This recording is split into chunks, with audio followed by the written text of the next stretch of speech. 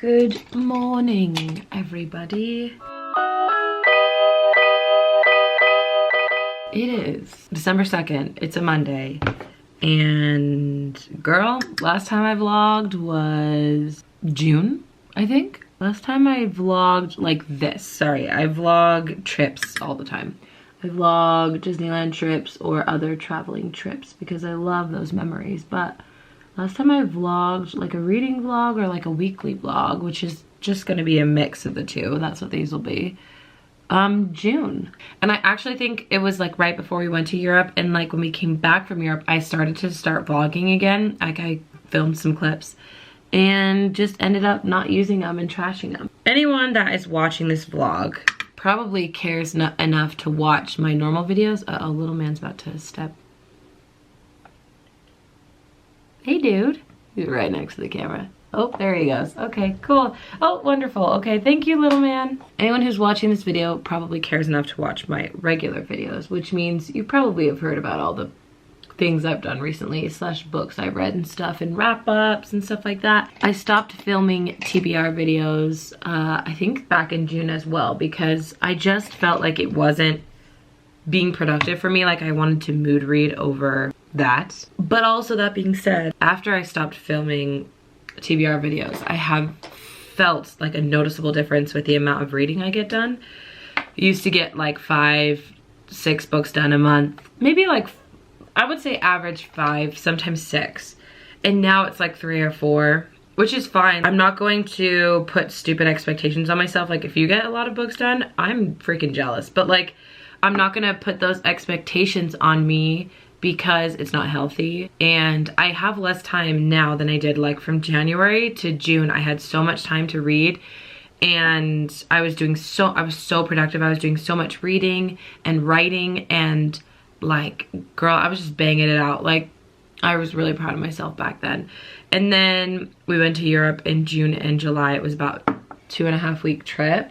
And ever since, I have not felt the same when it comes to like reading and stuff. Like I still really enjoy it, but it's not the same. I don't know what's going on. I think a lot of it has to do with like ever since, it's been a little later, but ever since like August-ish, maybe the end of July, I've definitely hit a little bit of like a depression. And I say a little bit because I'm like really nervous and shy to talk about it, but it's a little more serious than that. And I've experienced it a few other times in my life, not this bad. So I've just been struggling.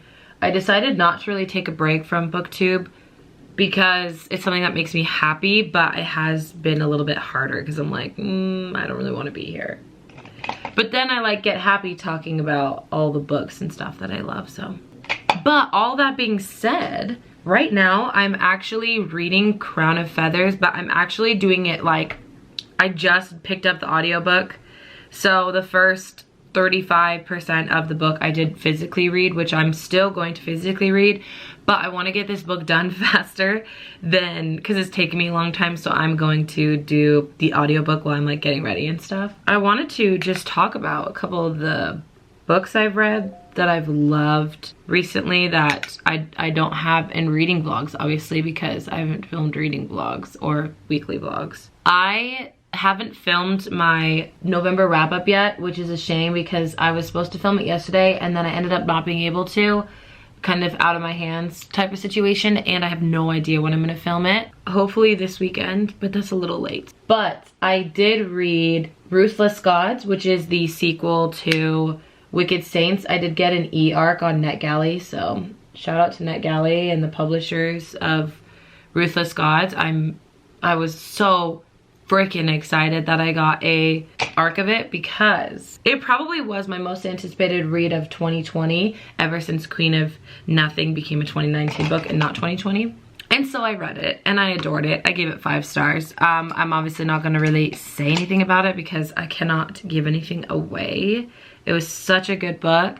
It's really different but also really similar to Wicked Saints. Like, you still get that same dark, bloody, not bloody, if you haven't read Wicked Saints, it's not bloody as in like war and blood, but there's like blood magic and like mystery and this like god lore that they have in like their version of these ruthless gods. But it's definitely like a big turn in the story, which I loved. There was so much angst and so much like tension, and oh my gosh, it was incredible. I can't wait. I'll probably reread it when the physical one comes out next April. I loved it. I loved it so much.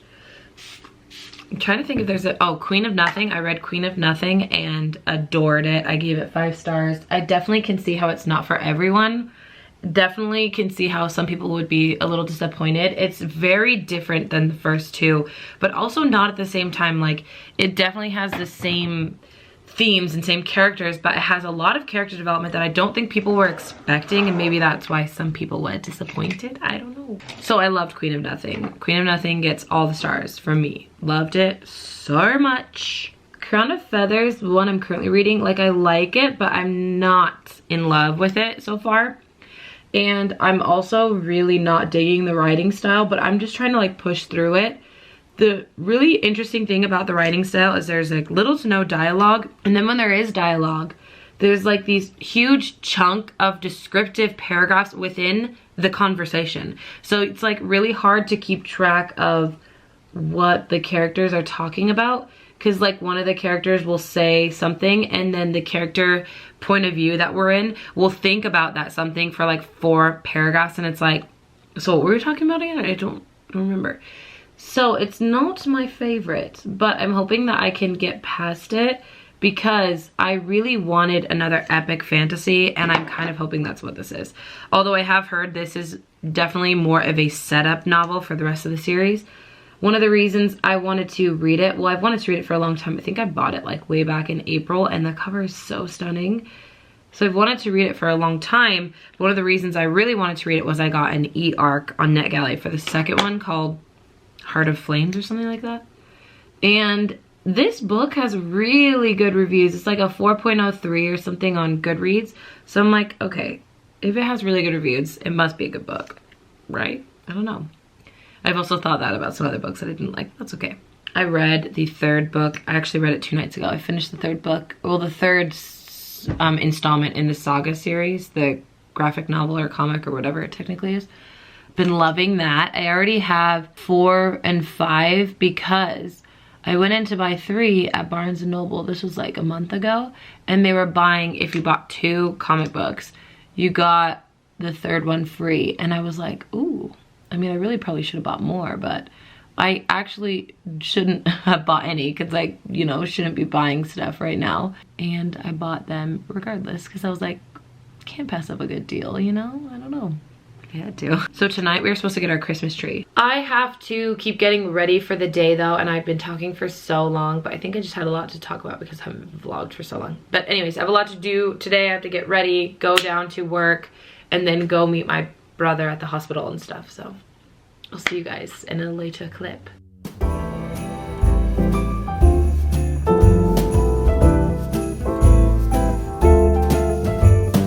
Here we are, a cold December night, snow. Kennedy, who's that? Jordy. Baby Jordy. Magical, it's that time when everybody smiles, eyes are shining bright. I still remember how I used to feel. Look at us now, walking around in the snow. We do it in a very Christmas way. Soon there will be sleigh bells and Santa Claus. It's the number one most magical time of the year.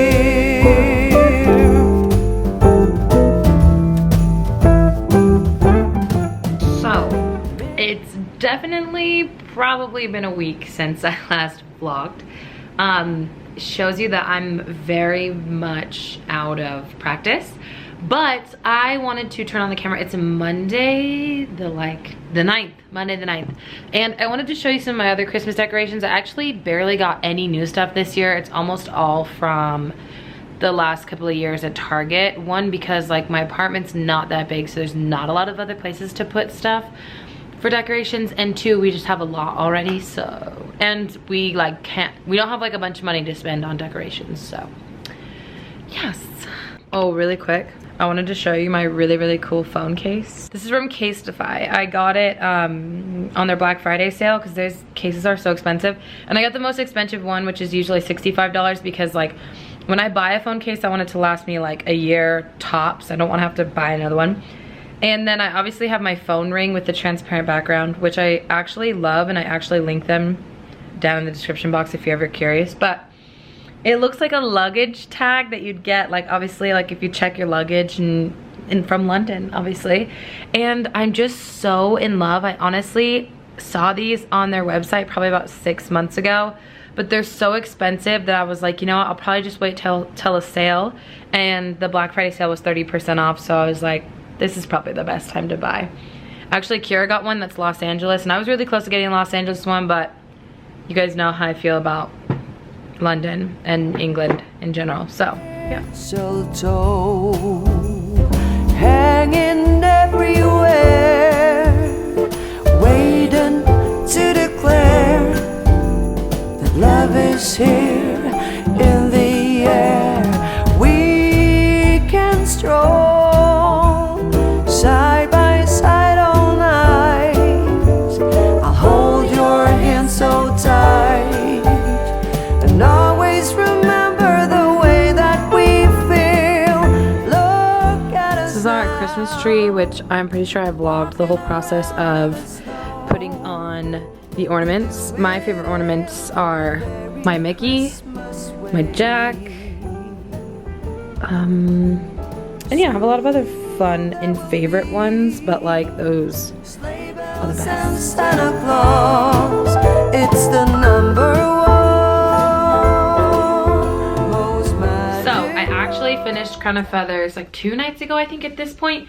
And if you don't know anything about Crown of Feathers, I don't know if I explained this earlier on in the vlog. If I did, I'll cut this out, but Crown of Feathers is about these 2 sisters, but mainly just the one sister named, oh shoot, what's her name? Veronica. And basically in this fantasy world, there are these, in the past, there were these things called the Phoenix Riders. They were animages, so they like bond with the phoenix, but they also can communicate with all animals. But like phoenixes are these special animals that they can bond with, and then they like bond for life. And then they get to the point where their like thoughts can combine, even their like physical feelings can combine. Like if one is hurt, the other one feels it a little bit. It's about this girl named Veronica who finds a phoenix egg, and like no one can find phoenix eggs. It's been like 16 years since the war, and everyone, like the empire is in power, and they hate phoenix riders and phoenixes and stuff. So like if there are any phoenix riders, they're in hiding. Like it's not a good time to be a phoenix rider.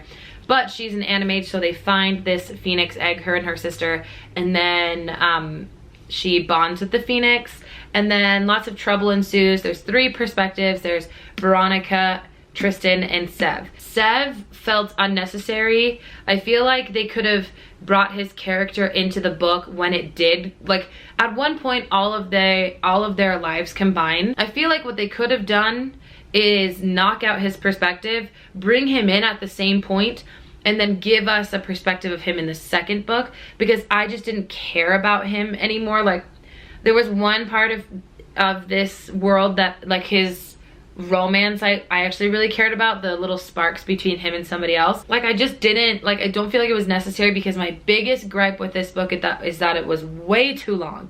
It felt like nothing happened like the whole time I was reading it, and then the last like 80 pages are like so action-packed that like it's such a jarring like switch from like slow pace to like this crazy fast-paced book. All in all, I think I'm gonna give it a 3.5 stars. I liked where it's going. It's just, I feel that it's kind of like with the first Star Wars prequel, The Phantom Menace? No, that's probably the second. Anyways, number 1 with like Natalie Portman and Christian is his name Hayden Christensen. It's kind of like that, where like that first entire movie felt completely unnecessary. I felt like a lot of what we read about in this book felt completely unnecessary to the story, because then it made the story really lull. I mean, this is almost 500 pages, and in my opinion, for a first book in a fantasy series, 500 pages is a lot to expect from a reader to want to like jump into this world and be fully invested. It's almost like you need like a 400-page book to be fully invested into the story, and then you're craving for more. I think we were just given too much that we didn't need. Something I hated, that I actually kind of really hated, and I hate to say this because it sounds mean, there was little to no dialogue in this book. And when there was dialogue, there would be like one sentence, like Tristan would say something, and then we'd get 5 paragraphs of his emotions and why he said that. And then finally Veronica would reply, and or like vice versa, like whoever's perspective it was in. And it's like, that is so unnecessary. Like, this book could have easily been 300 pages if it weren't for every time there was a conversation, there was 4 paragraphs or 5 paragraphs of why the person said that thing right after they said it. And so it was very jarring. It's hard to keep up with the dialogue, because you'd read a sentence of dialogue and then you'd read 5 paragraphs. There is a dump truck interrupting me. Rude. The dumpster is like right out there. So I feel very indifferent towards this, because there's a lot of things that really pissed me off, and then there's things that I'm like, oh, I kind of like that, but I'm not in love with any part of it. There is barely any romance at all, but it does hint at the future of with these people and their romances, which is kind of a bummer to me, because I definitely prefer like romance to be secondary still. Like, I prefer, you know, a really strong plot and really strong characters,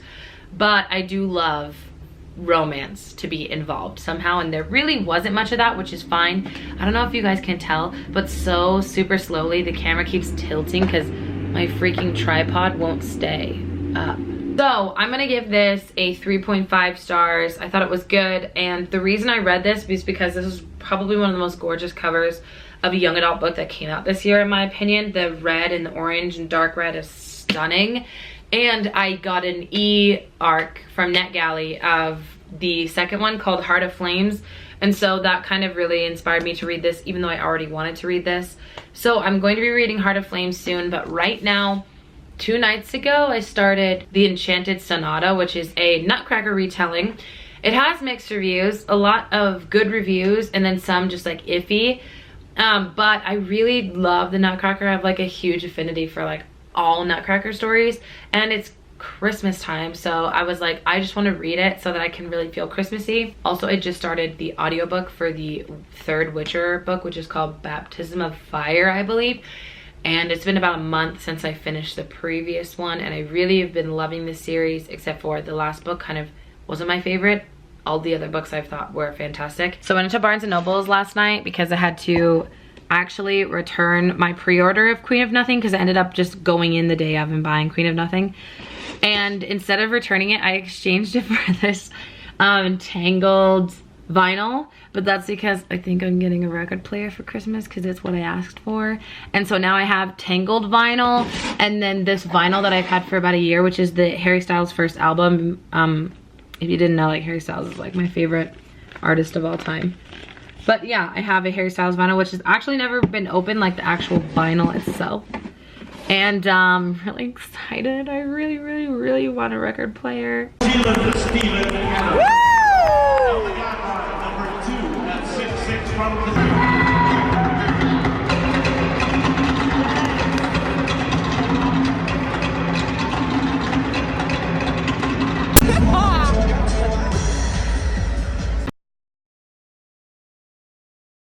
So it is the next day. It's December 10th. I've just been working from home, and I think I forgot to mention in this entire vlog that I'm also reading Harry Potter and the Goblet of Fire. I'm reading the big illustrated edition, and so I really take those slow so that I can just fully enjoy it. This is a reread, obviously, but yeah, I'm just like right before the World Quidditch Cup